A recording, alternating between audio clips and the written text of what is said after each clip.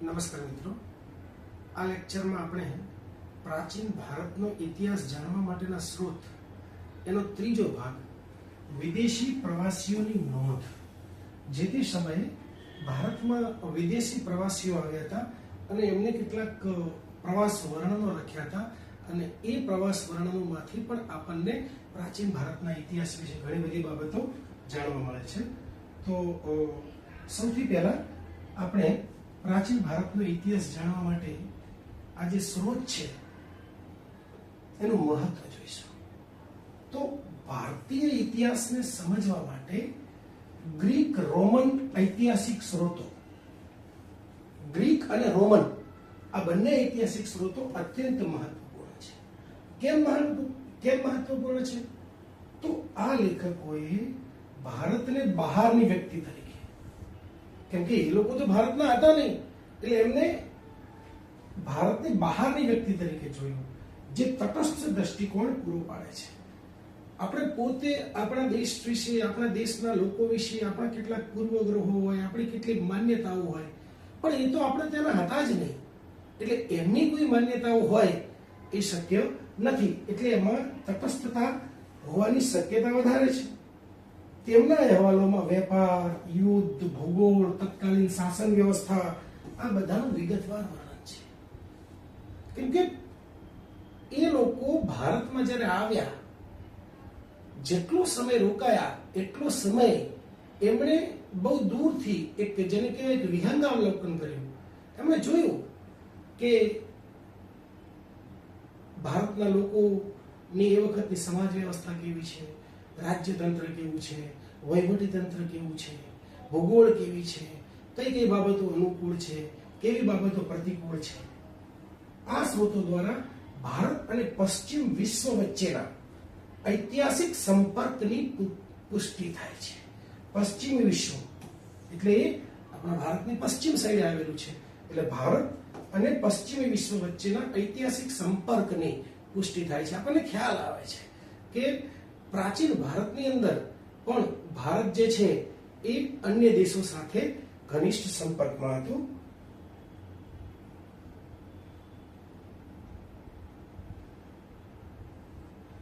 હવે આપણે જોઈએ પ્રારંભિક ગ્રીક અને રોમન લેખકો. એમાં સૌથી પહેલા હેરોડોટસ આવે છે. હેરોડોટસને ઇતિહાસના પિતા તરીકે ઓળખવામાં આવે છે. એમને ભારતનો ઉલ્લેખ ઈરાની સામ્રાજ્યના એક ભાગ તરીકે કર્યો છે. એ વાત ખોટી છે. ભારત ત્યારે ઈરાની સામ્રાજ્યનો ભાગ નહોતું, પણ એમને ભારતનો ઉલ્લેખ કર્યો છે. એ ઉલ્લેખ પણ ઉલ્લેખનીય છે. એના પછી સ્ટેસિયસ એ ઈરાની દરબારનો એક ડોક્ટર હતો, ચિકિત્સક હતો. એણે ભારત વિશે ઘણી અતિશયોક્તિ ભરી વાતો લખી હતી. આ લેખકોનું જ્ઞાન, ભારત વિશેનું જ્ઞાન બહુ જ મર્યાદિત હતું. ભારત વિશે એટલું બધું કોઈ ખાસ એ લોકો જાણતા નહોતા, પણ તેમ છતાં એ સમયની ગ્રીક ઉત્સુકતાને દર્શાવે છે. ભારત એમના માટે કેટલું મહત્વનું હતું એ આ બાબત ઉપરથી પ્રમાણિત થાય છે. એના પછી આપણે જોઈએ કે સિકંદરના સમયના લેખો. સિકંદર જ્યારે ઈસવીસન પૂર્વે 326 ની અંદર, એ વખતે ભારતમાં નંદ વંશનું શાસન હતું, ત્યારે જ્યારે ભારત ઉપર આક્રમણ કરવા માટે આવ્યો સિકંદરના ભારત આક્રમણ, તો એની સાથે ઘણા બધા વિદ્વાનો અને ઇતિહાસકારો પણ ભારતમાં આવ્યા હતા. સિકંદર ભલે આક્રમણ કરવા માટે આવ્યો હતો, પણ એને જે આક્રમણો કર્યા એ આક્રમણો વિશે નોંધ લખવા માટે તો ઇતિહાસકારો જોઈએ ને, વિદ્વાનો જોઈએ ને. એમાં પેલો એરિયન આવ્યો હતો. સિકંદરના અભિયાનનું સૌથી વિશ્વસનીય વર્ણન એરિયને આપ્યું છે. આ વર્ણનોમાં ભારતના રાજ્યો, ભારતની સેનાની તાકાત, તે સમયની વહીવટી માળખું, એડમિનિસ્ટ્રેટિવ સ્ટ્રક્ચર, રાજાઓની જે નીતિ હતી એ, અને એ વખતની આપણી થોડી ઘણી સામાજિક પરિસ્થિતિ એ પણ એના લખાણોની અંદર ઝળકે છે. એના પછી આપણે જોઈએ મેગેસ્થનીસનું નામ બધાએ સાંભળ્યું હશે. એમણે એક ગ્રંથ લખ્યો છે ઇન્ડિકા. આ મેગેસ્થનીક છે એ ગ્રીક રાજવી સેલ્યુક્સ નિકેટરનો રાજદૂત હતો અને એ ભારતમાં ચંદ્રગુપ્ત મૌર્યના દરબારમાં ઘણા વર્ષો સુધી રહ્યો હતો. એણે એક ગ્રંથ લખ્યો હતો અને ગ્રંથનું નામ હતું ઇન્ડિકા. અને આ ઇન્ડિકા ગ્રંથમાંથી તત્કાલીન મૌર્ય સામ્રાજ્ય વિશે ખૂબ જ અગત્યની બાબતો જાણવા મળે છે, કેમ કે એ મેગેસ્થનીસ એ પોતે ચંદ્રગુપ્ત મૌર્યના દરબારમાં રહેતો હતો, એટલે એને જે તે સમયનો વહીવટ, રાજ્યની સ્થિતિ, સામાજિક, ધાર્મિક, આર્થિક આ બધી જ બાબતોને બહુ જ સારી રીતે એને જોઈ હતી. અને એણે પાટલીપુત્રનો વહીવટ, મૌર્ય સમાજના 7 વર્ગો, ખેતી આ બધાની બહુ જ સારી રીતે વર્ણન કર્યું છે અને તે ઇતિહાસના આલેખન માટે અત્યંત આવશ્યક છે. એના પછી આપણે વાત કરીએ કે એક અનામી લેખકે વાત કરી છે. લેખક કોણ છે એ ખબર નથી, પણ એને એક પુસ્તક લખ્યું છે, એનું નામ છે પેરિપ્લસ ઓફ ધ એરિથ્રિયન સી. આ એક અજ્ઞાત ગ્રીક નાવિક દ્વારા લખાયું છે. કોણ હતો એ ખબર નથી, લખાયું છે ગ્રીક નાવિક હતો, નામ એમ નથી ખબર, પણ એના પુસ્તકનું નામ ખબર છે, પેરિપ્લસ ઓફ ધ એરિથ્રિયન સી. ઘણી વખત સ્પર્ધાત્મક પરીક્ષાઓમાં પ્રશ્ન પૂછાય છે કે પેરિપ્લસ ઓફ ધ એરિથ્રિયન સી નીચેનામાંથી ખાલી જગ્યાએ લખ્યું. એમાં 3 હોય છે, ચોથો ઓપ્શન તરીકે 4 હોય ને 5મો ઓપ્શન તરીકે કદાચ અજ્ઞાત લેખક એવું આપે, તો પછી વિદ્યાર્થીઓ પોતપોતાની રીતે કલ્પનાના ઘોડા દોડાવીને ગમે તે જવાબ આપી દે. એટલે ખાસ યાદ રાખવાનું કે અજ્ઞાત લેખક, ગ્રીક લેખક દ્વારા પુસ્તક ઈસવીસન 80 થી 115 દરમિયાન લખાયેલું છે. એમાં હિન્દ મહાસાગરની અંદર જે વ્યાપાર ચાલતો હતો, ભારતીય બંદરો જેમ કે ભૃગુ કચ્છ, અત્યારે ભરૂચ, જે તે સમયે ભૃગુ કચ્છ તરીકે ઓળખાતું, ત્યાંથી કઈ કઈ વસ્તુઓની આયાત નિકાસ થતી હતી એ બાબતો વિશે પણ એને નોંધ કરી છે. તે પ્રાચીન ભારત રોમ વેપાર, ભારત અને રોમ એટલે ઇટાલી, ભારત અને ઇટાલી વચ્ચેના વ્યાપારની, એ સમયના વ્યાપારની પણ એ માહિતી પૂરી પાડે છે.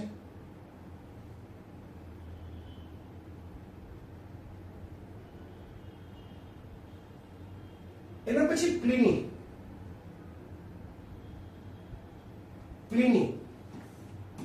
પ્લિનીએ કેટલીક આર્થિક માહિતી પૂરી પાડી છે. પ્લિનીએ એક ગ્રંથ લખ્યો હતો અને એનું નામ છે નેચરલ હિસ્ટ્રી. શું નામ છે? Natural history. આ નેચરલ હિસ્ટ્રી ગ્રંથ કોણે લખ્યો હતો એવા પણ પ્રશ્નો પૂછાય છે. એમાં એને ભારતનો ઉલ્લેખ કર્યો છે.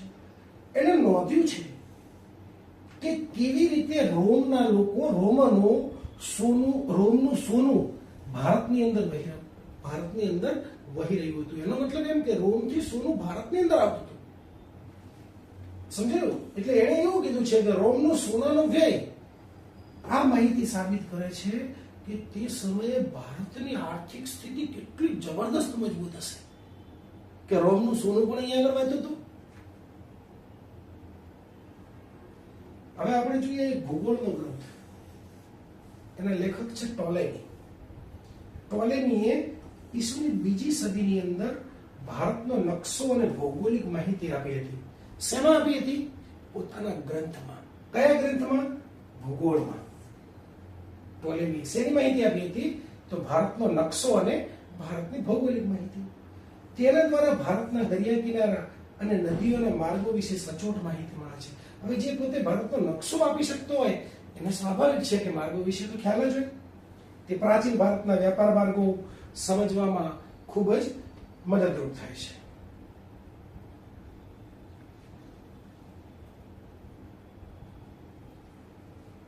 એના પછી આપણે જોઈએ કે આપણને જે આ ગ્રીક રોમન ગ્રંથો મળ્યા છે, જે આ બધા આપણને ગ્રીક કે રોમન યાત્રાળુઓ દ્વારા જે લખેલા પુસ્તકો મળ્યા છે, જે સોર્સિસ મળ્યા છે, આ સોર્સિસ છે ને એને આપણે બેઠે બેઠા સ્વીકારી શકીએ એમ નથી, કેમ કે એમાંય કેટલીક મર્યાદાઓ છે. સમજવાનો પ્રયત્ન કરીએ કે શું મર્યાદાઓ છે.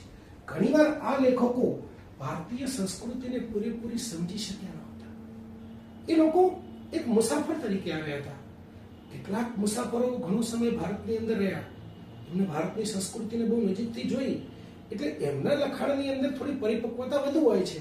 પણ કેટલાક લેખકો તો એવા હતા કે જે બહુ જ થોડો સમય ભારત સાથેના એમને સાનિધ્ય રહ્યું, તો એના એના માટે કરીને તેઓ ક્યારે સંસ્કૃતિને પૂરેપૂરી ઓળખી શક્યા ન હતા. એટલે ક્યાંક એમના લખાણમાં પણ એટલી ક્ષતિ જોવા મળે. એમની માહિતી અંતર અને પૂર્વગ્રહોને કારણે ક્યારેક અતિશયોક્તિ ભરી હોય છે. એ સાચા અર્થમાં આપણને જાણતા નથી. ક્યાંક એ બહુ જ સમૃદ્ધ પ્રાંતને જોઈ ગયા હોય તો એવું સમજે કે ભારત તો બધી જગ્યાએ સોને કી ચીડિયા है, અને કોઈ વ્યક્તિ છે એ કોઈક ઇકોનોમિકલી પુઅર પ્રાંતની અંદર પહોંચી ગયો હોય તો એ વળી એવું માને કે ભારત તો બહુ જ ગરીબ દેશ છે. એટલે એને આખી ખબર નથી ભારતની ભૂગોળની, ભારતના ઇતિહાસની, ભારતના અર્થકારણની. એટલે ક્યાંક ને ક્યાંક એના પોતાની અંગત માન્યતાઓ અંદર આવવાની શક્યતા રહેલી છે. ઇતિહાસકારોએ આ સ્ત્રોતોનો ઉપયોગ કરતી વખતે ભારતીય જે સ્ત્રોતો છે, ભારતીય પુરાતત્વીય સ્ત્રોતો છે, એની સાથે તુલના કરવી જોઈએ. તો આપણને ખબર પડે કે આ જે વિદેશી પ્રવાસીઓએ, અરબી અથવા તો રોમન પ્રવાસીઓએ જે નોંધ કરી છે એ કેટલા અંશે સાચી છે. એટલા માટે આ એની એક મર્યાદા પણ છે.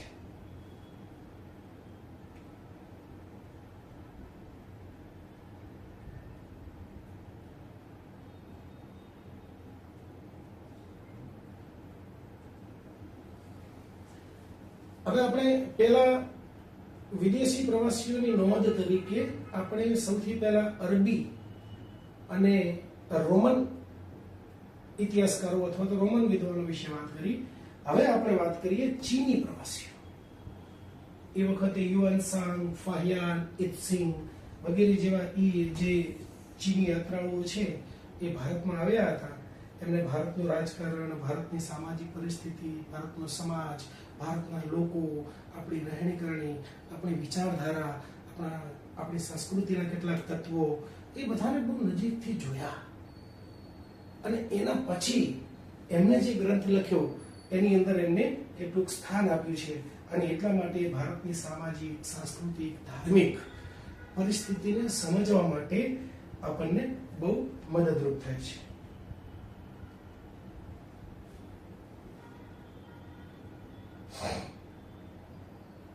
હવે આપણે જોઈએ ચીની યાત્રાળુઓનું આગમન.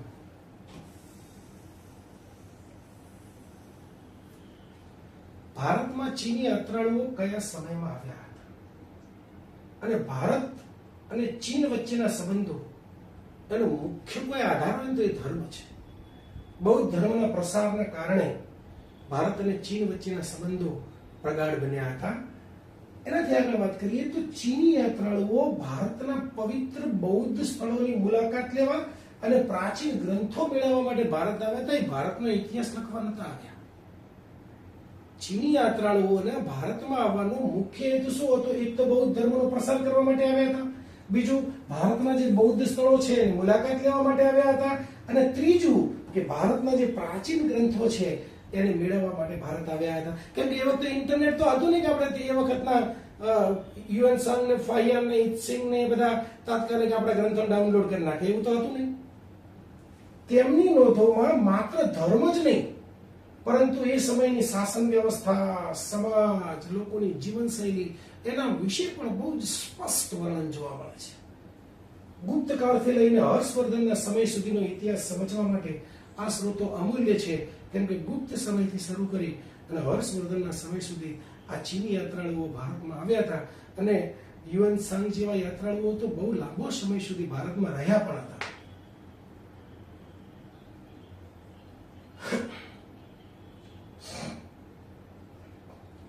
સૌથી પહેલા આપણે જોઈએ ફાહિયાન.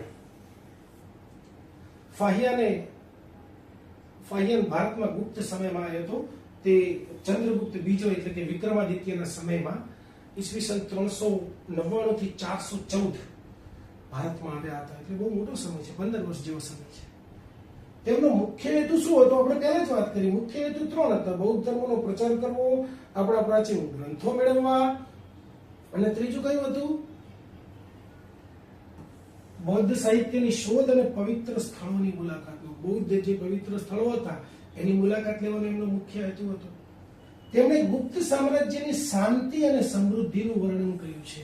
અને એટલા માટે જ જ્યારે વિદેશી પ્રવાસી પણ ભારતમાં બહુ લાંબો સમય રહે છે અને એના પછી પણ એ કહે છે કે ભારતમાં શાંતિ અને સમૃદ્ધિ હતી, એટલે આપણે સાચા અર્થમાં કહી શકીએ કે ગુપ્ત યુગ છે એ પ્રાચીન ભારતનો સુવર્ણ યુગ હતો. એમણે નોંધ્યું છે કે તે સમયે લોકો પ્રામાણિક હતા અને ગુપ્ત શાસન ઘણું ન્યાયી હતું. એટલે સૌપ્રથમ તો આપણે વાત કરી ફાહિયનની. ફાહિયન ચંદ્રગુપ્ત બીજાના સમયગાળામાં ઈસવીસન 399 થી કરી અને 414 સુધી ભારત ઉપર રહ્યા હતા. એમનો મુખ્ય હેતુ વૈદિક સાહિત્યની શોધ, બૌદ્ધ સાહિત્યની શોધ અને પવિત્ર સ્થળોની મુલાકાતનો હતો. એમણે જોયું કે ભારતમાં એ સમયે બહુ શાંતિ અને સમૃદ્ધિ પ્રવર્તી હતી. હવે બીજા ચીની યાત્રી યુએન સાંગ. આ યુએન સાંગ એ હર્ષવર્ધનના સમયમાં, પુષ્યભૂતિ વંશના સમયમાં ભારતમાં આવ્યા હતા. સમ્રાટ હર્ષવર્ધન. યુએન સાંગને યાત્રાળુઓના રાજકુમાર, યુએન સાંગને પ્રિન્સ તરીકે, યાત્રાળુઓના પ્રિન્સ તરીકે, યાત્રાળુઓના રાજકુમાર તરીકે ઓળખવામાં આવે છે. તેઓ સમ્રાટ હર્ષવર્ધનના દરબારમાં બહુ લાંબો સમય રહ્યા હતા. એમને એક પ્રખ્યાત ગ્રંથ લખ્યો છે, એનું નામ છે સીયુકી. એમાં પશ્ચિમી વિશ્વના દેશોની માહિતી છે, કેમ કે આપણે ચીનની પશ્ચિમમાં છીએ. તેમણે નાલંદા વિશ્વવિદ્યાલયની શૈક્ષણિક પદ્ધતિ અને તે સમયના ભારતીય સમાજનું વિગતવાર વર્ણન પણ એમાં કર્યું છે. એના પછી આ આઈત્સિંગ છે, ભૂલમાં લખાયું છે પણ સાચી રીતે ઇત્સિંગ આવશે. આ ઇત્સિંગ એ 7મી સદીના અંત ભાગમાં ઈસવીસન 671 થી 695 ના સમયમાં ભારતમાં આવ્યા હતા. તેમના લખાણો મુખ્યત્વે બૌદ્ધ સંઘના નિયમો અને વૈદિક પરંપરાઓ સાથે જોડાયેલા હતા. એમણે એ સમયની ભારતીય શિક્ષણ વ્યવસ્થા, આયુર્વેદ અને સામાજિક આચારો વિશે પણ મહત્વપૂર્ણ માહિતી આપેલી છે. મેં આ વિશે તમને બહુ બુક્સમાંથી બહુ જ ભાગ્યે જ મટીરિયલ મળશે, એટલે મેં એક એક લાઈન, એક એક શબ્દ પણ આની અંદર આવી જાય તો તમારા માટે, તમારું મટીરિયલ બનાવવા માટે, પરીક્ષામાં પ્રશ્ન લખવા માટે પણ બહુ જ ઉપયોગી થઈ શકે એ માટે મેં બહુ જ પ્રયાસ કર્યો છે. તેમનો હેતુ બૌદ્ધ સાહિત્યનો ચીની ભાષામાં અનુવાદ કરવાનો હતો. જો એ બૌદ્ધ સાહિત્યનો ચીની ભાષામાં અનુવાદ કરે તો ચીનના લોકો પણ આ બૌદ્ધ ધર્મને વધુ નજીકથી, વધુ ઊંડાણપૂર્વક જાણી શકે.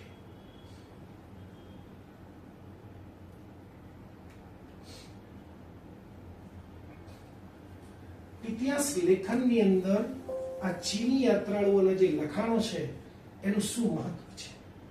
તો પેલું રાજકીય ઇતિહાસમાં એક મહત્વ છે. રાજાઓના દરબાર, વહીવટ, ન્યાય પદ્ધતિની જાણકારી, આ બધી આપણને ચીની યાત્રાળુઓની નોંધોમાંથી મળે છે. સામાજિક ઇતિહાસમાં તે સમયની જ્ઞાતિ વ્યવસ્થા કેવી હતી, એ સમયનો પહેરવેશ કેવો હતો, એ સમયે લોકો શું ખાતા હતા, એ સમયે રૂઢિઓ, રિવાજો આ બધા કેવા પ્રવર્તમાન હતા, એનું પણ વર્ણન આપણને ચીની પ્રવાસીઓની નોંધોમાંથી મળે છે. શૈક્ષણિક ઇતિહાસમાં નાલંદા અને વિક્રમશિલા જેવી વિદ્યાપીઠો વિશે પણ સારી એવી માહિતી મળે છે અને કાર્ય પદ્ધતિની માહિતી મળે છે. તટસ્થ અને વિગતવાર માહિતી હોવાથી આ જે માહિતી છે એ તટસ્થ છે અને એમને એવું નથી કે માત્ર થોડીક એક માહિતી લખી નાખી. એમને બહુ મોટો પોર્શન એની અંદર ભારતીય ઇતિહાસનો અથવા તો ભારતની સંસ્કૃતિ વિશે લખ્યો છે, એટલે એમાંથી આપણને વિગતવાર માહિતી મળે છે. તેને પ્રાચીન ભારતનો મહત્વપૂર્ણ આધાર સ્તંભ માનવામાં આવે છે અને એટલા માટે ભારતીય ઇતિહાસ લેખનમાં આ ચીની ગ્રંથોનું મહત્વ એ ક્યાંય ઓછું આપી શકાય એમ નથી.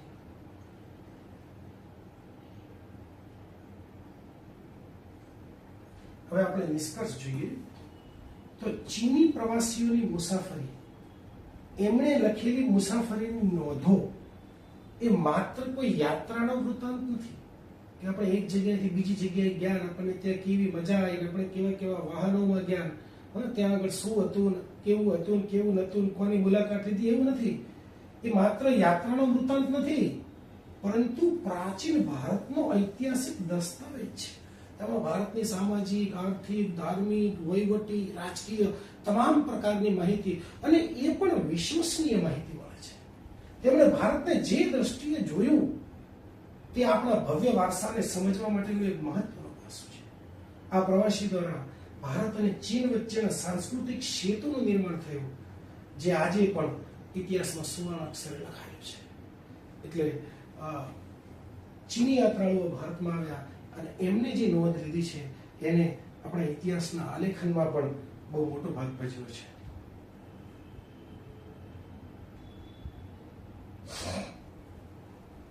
આપણે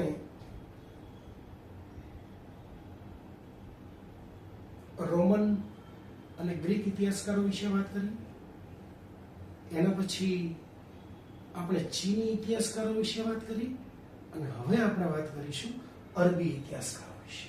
અરબી લેખકો અને પ્રવાસીઓ જે છે એ પણ ભારતની અંદર આવ્યા હતા અને એમને ભારતની ભૌગોલિક, સામાજિક, રાજકીય પરિસ્થિતિ વિશે જે વર્ણન કર્યું હતું એ પણ ઇતિહાસના આલેખનમાં ખૂબ જ મહત્વપૂર્ણ છે.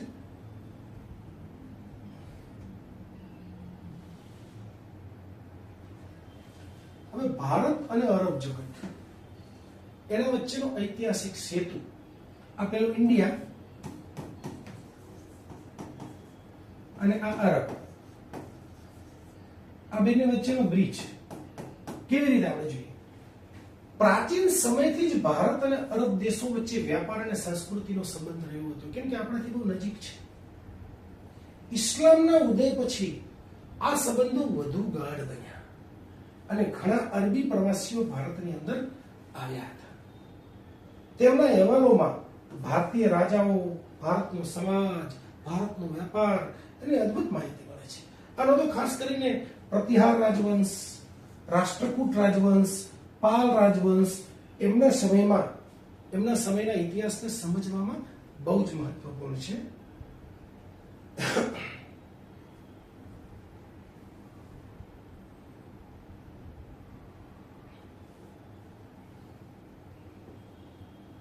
હવે જે અરબી પ્રવાસીઓ ભારતમાં આવ્યા હતા અને જેને ભારત વિશે કંઈક લખ્યું છે એમાં સૌથી પહેલા આપણે લઈએ સુલેમાન. ઈસવીસન 851 ની અંદર ભારતમાં આવ્યા હતા. સુલેમાન એક અરબી વેપારી હતા. અરબના ઘોડા પણ બહુ પ્રખ્યાત હતા, અરબી ઘોડા કહેવાય છે. તે એક અરબી વેપારી હતા. એમણે ભારત અને ચીનની મુસાફરી કરી હતી. ભારતની પણ કરી હતી અને ચીનની પણ કરી હતી. એમણે મુખ્યત્વે પ્રતિહાર અને પાલ રાજાઓના શાસનનું વર્ણન કર્યું છે, કેમ કે એ જ્યારે ભારતમાં આવ્યા હતા 851માં એ વખતે ભારતમાં પાલ પ્રતિહાર શાસકોનું શાસન ચાલતું હતું. એમણે ભારતીય વેપારના માર્ગો અને બંદરગાહો એટલે કે બંદરો વિશેની સમૃદ્ધિ વિશે લખ્યું છે કે ભારતીય વેપારના માર્ગો અને ખાસ કરીને બંદરો છે એ બહુ સમૃદ્ધ હતા. તેમની નોંધો ભારતીય રાજાઓની ન્યાયપ્રિયતા દર્શાવે છે. એના પછી અલ મસૂદી, આ બધા વિશે તમને તમારી ચોપડીમાં એક એક લીટી જોવા મળશે. અલ મસૂદી ઈસવીસન 1916 ની અંદર ભારતમાં આવ્યા હતા. અલ મસૂદીને અરબ જગતનો હેરોડોટ્સ માનવામાં આવે છે. હેરોડોટ્સ એટલે ઇતિહાસના પિતા, પણ આ જનરલ ઇતિહાસના પિતા નહીં, આ ખાલી અરબ જગતનો હેરોડોટ્સ કોણ હતો? અલ મસૂદી, જે ભારતમાં 1916 માં આવ્યા હતા. તેણે રાષ્ટ્રકૂટ રાજાઓને બલહારા એટલે કે વલ્લભરાજ તરીકે ઓળખાવ્યા છે. તેમણે ભારતના આબોહવા, ભારતના પ્રાણીઓ, ભારતના લોકોના જીવનની વિગતો પણ એમની નોંધમાં આપી છે. એમનો ગ્રંથ છે ને એ મુરુઝ ઉલ ઝહબ છે. મુરુઝ ઉલ ઝહબ જે ઇતિહાસની દ્રષ્ટિએ ખૂબ જ મૂલ્યવાન છે. હવે એના પછી અલ્બેરુની આવ્યા હતા અને અલ્બેરુને તારીખે હિન્દ અથવા તો તહકીકે હિન્દ અને ગુજરાતીમાં એને કહેવાય હિન્દનો ઇતિહાસ, ભારતનો ઇતિહાસ એ પુસ્તક લખ્યું છે. બહુ જ જેને કહેવાય કે બુદ્ધિશાળી, બહુ જ વિદ્વાન હતા અલ્બેરુની. એ ભારતની અંદર અલ્બેરુની એ સૌથી વિદ્વાન લેખક અને વૈજ્ઞાનિક હતા. એમનો ગ્રંથ તહકીકે હિન્દ એ તે સમયના ભારતનું સૌથી સચોટ ચિત્ર છે. તહકીકે હિન્દની અંદર એમને ભારત વિશે, ભારતના લોકો વિશે બહુ સારું વર્ણન કર્યું છે. એમને ભારતીય તત્વજ્ઞાન, ભારતીય ગણિત, જ્યોતિષ, સામાજિક રિવાજો આ બધાનો બહુ ઊંડો અભ્યાસ કર્યો હતો. બહુ વર્ષો સુધી અલ્બેરુની ભારતમાં રહ્યા છે. એમની નિષ્પક્ષ દ્રષ્ટિ એમને અન્ય લેખકોથી અલગ પાડે છે. ભારતીય સમાજ વિશે અલ્બેરુની કેવું આલેખન કર્યું છે એની એક સહેજ નોંધ જોઈએ તો અલ્બેરુનીએ ભારતીય જ્ઞાતિ પ્રથા અને તેની જટિલતાઓનું સવિસ્તર વર્ણન કર્યું છે. આપણે કહીએ જ છીએ કે પ્રાચીન જેમ આપણે આગળ આવતા ગયા ત્યારે જ્ઞાતિ પ્રથા બહુ જ ઢીલી થઈ ગઈ છે, પણ જેમ તમે ભૂતકાળમાં જતા જાઓ એમ જ્ઞાતિ પ્રથા બહુ કડક હતી, બહુ જટિલ હતી. એમણે ભારતીય લોકોની સ્વચ્છતા, અને જીવનશૈલીની પણ નોંધ લીધી છે. એમણે ભારતીય વિદ્વાનો સાથે ચર્ચાઓ કરી અને તે સમયની શિક્ષણ પદ્ધતિને સમજવાનો પણ પ્રયત્ન કર્યો હતો. એટલે અલબેરુની એક રીતે જોવા જઈએ તો ભારત વિશે એને જે બાબતો પોઝિટિવ લાગી એને પોઝિટિવ લખી છે, એને જે બાબતોમાં થોડુંક નેગેટિવ પાસું લાગ્યું એને એ પણ દર્શાવ્યું છે.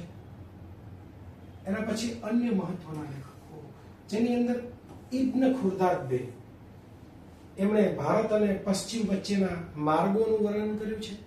ભારત અને પશ્ચિમ વચ્ચેના માર્ગોનું વર્ણન કર્યું છે. અલ ઇદ્રીસી એમણે એ સમયનો નકશો તૈયાર કર્યો હતો, ભૂગોળનો નકશો તૈયાર કર્યો હતો અને ભારતના ભૂગોળ વિશે પણ એમને માહિતી આપી હતી. આ લેખકો દ્વારા ભારતનું આર્થિક ચિત્ર સ્પષ્ટ થાય છે, કેમ કે એ લોકોને ભારતના સમાજ કે ભારતના રાજકારણ કે એની સાથે કોઈ પ્રગાઢ સંબંધ ધરાવતા નહોતા, પણ એમને ભારતનું એક વિહંગાવલોકન કર્યું હતું. એને આધારે એમને ભારતના ભૂગોળ વિશેની ખાસ કરીને માહિતી આપી છે.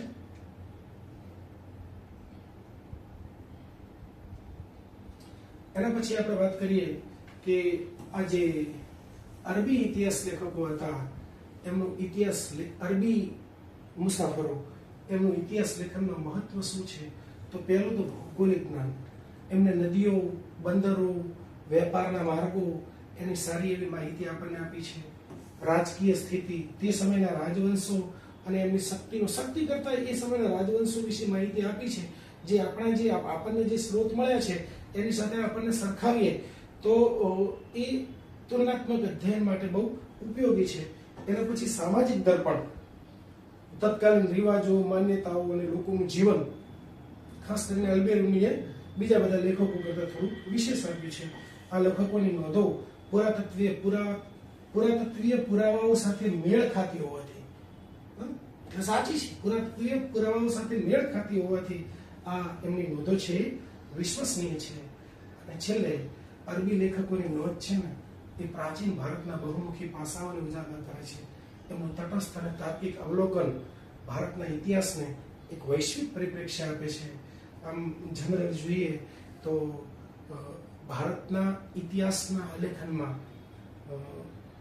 ભલે એ રોમન લેખકો હોય, ગ્રીક લેખકો હોય, એટલે કે લેખક મીન્સ ટ્રાવેલર લેખક, કે ભલે ચીની યાત્રાળુઓ હોય કે અરબી યાત્રાળુઓ હોય, આ દરેક ભારતને પોતે જે દ્રષ્ટિકોણથી જોયું એ દ્રષ્ટિકોણથી આલેખવાનો પ્રયત્ન કર્યો છે. અને એટલે પ્રાચીન ભારતીય ઇતિહાસના આલેખનમાં આ ઘણા જ મહત્વપૂર્ણ અને ઉપયોગી પુરવાર થયા છે. Thank you very much.